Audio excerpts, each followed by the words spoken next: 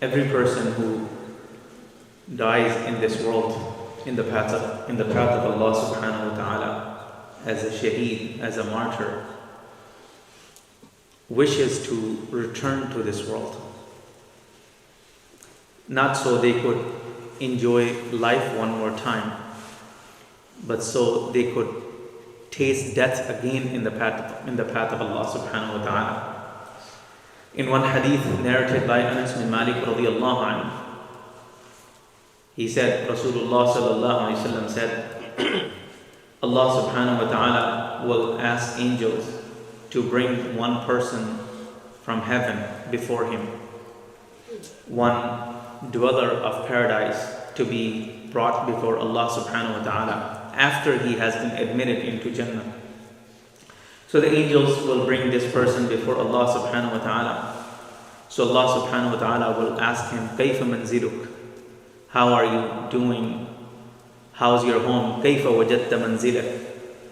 How did you find the hospitality that you received in paradise? And how is your living and your life in paradise?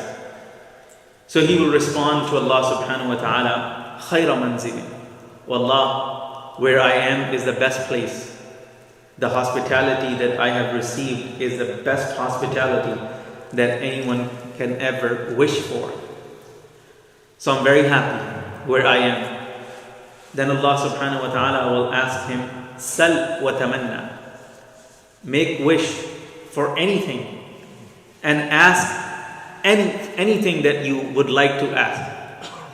So he would say to Allah subhanahu wa ta'ala, Wallah, I don't want anything except you send me back to the world so I could die again in your path as a martyr. And then you bring me back to life, and then you send me back, and then I die again in your path as a martyr.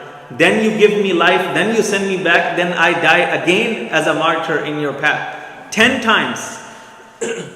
And this is because the Prophet ﷺ said, this is because the reward, the honor that he has already witnessed for a shaheed.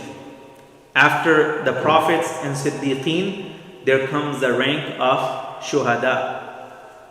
Then the Prophet ﷺ said, Allah subhanahu wa ta'ala will order the angels to bring before him an inmate from hellfire.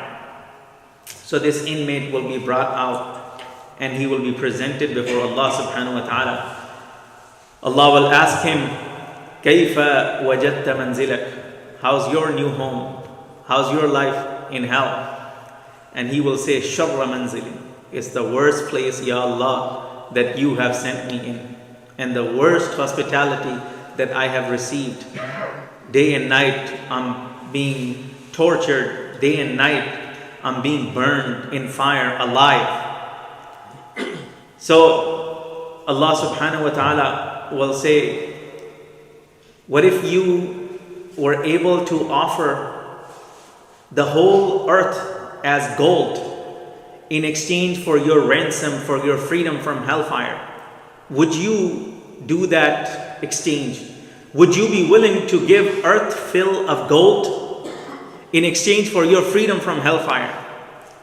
He said, of course, Ya Allah, I would be willing to give everything on earth if it was turned into gold in exchange for my freedom from hellfire. So send me back and give me one more chance. And Allah subhanahu wa ta'ala will say, Kadhabta, you're a liar. Because when you were in that world, I asked you for something that was far smaller than earth filled of gold. That was far less than that. I asked you a little bit sacrifice. I asked you a little bit of your devotion and your faith in me and your reliance in me, and you refused to give. And now you're telling me that if I send you back, you will give the whole earth filled with gold for my pleasure? No, you're a liar. If you go back, you will do the same thing again. Send him back to hellfire. This reminds us of the value of good deeds in this world. How little Allah asks from us. If you think about your entire life, and how much Allah is asking from you. Think about zakah, for example. You make $100. How much is Allah asking you to give in zakah? $2 and 55 cents? 50 cents. $2.50. How big of a deal is $2.50 out of $100? So little, 2.5%. That's all Allah subhanahu wa ta'ala is asking from the believers. Think about the salah. From 24 hours, how many prayers are there? 5. 24 hours. Imagine if there were 50 prayers in 24 hours. We would be doing more than 2 prayers an hour. Every hour there would be more than 2 prayers.